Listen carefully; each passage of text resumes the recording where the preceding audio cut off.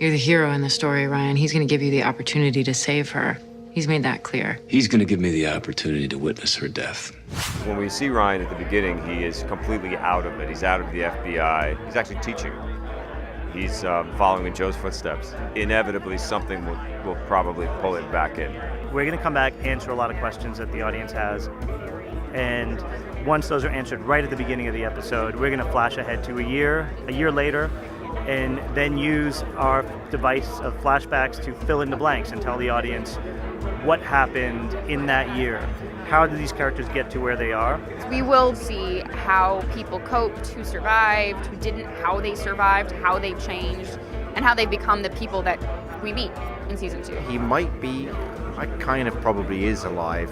If there's one word that Joe Carroll is, it's prepared. As the story unfolds over the first 3 episodes, you begin to learn how he got away with it, how this sort of was plotted out, and how he sort of survived and pulled it off. I think he always had doubts that Joe was dead, and even though the DNA showed that he was, and it's kind of gnawing at him. Do you remember, Claire, when we used to be in love? That love was a lie, Joe. We now know, having just done the panel, that Claire is in fact dead.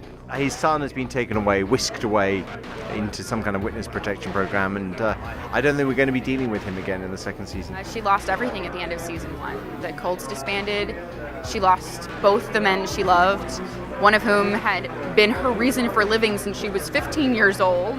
She's always been protected by Joe, by the infrastructure of the cult. She's never had to live for anything else. So I'm really looking forward to seeing who she is. She's obviously such a powerful character, such a powerful person. I'm excited to see her sort of summon that power and where she puts it in this vacuum. There are repercussions from what has physically, emotionally, psychologically happened to Mike, and that downward spiral sort of continues. And also, there's also repercussions to Mike and Ryan kidnapping, torturing, and killing somebody in the last episode. So those things don't just disappear. So I think it's going to continue to be a rough road for Mike. I think it's interesting because it sort of mirrors Ryan Hardy's journey too, like potentially from the case before when he was first dealing with Joe Carroll. I think that wore him down. And I think the audience is getting to see what happened to Ryan as it's mirrored through Mike. Ryan is a guy that has secrets and has some darkness in his heart that I don't know if it's ever going to go away. So it will be the combination of those two sides of his personality that we're going to try to explore. Oh dear, you've been drinking. I knew you would take losing Claire badly, but I didn't think it would send you spiraling back into the bottle quite so quickly.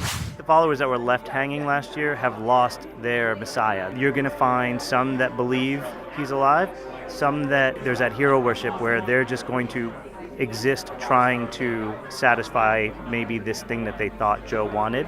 The FBI actually got a lot of them. There's only 7 or 8 that they know of that are still out there.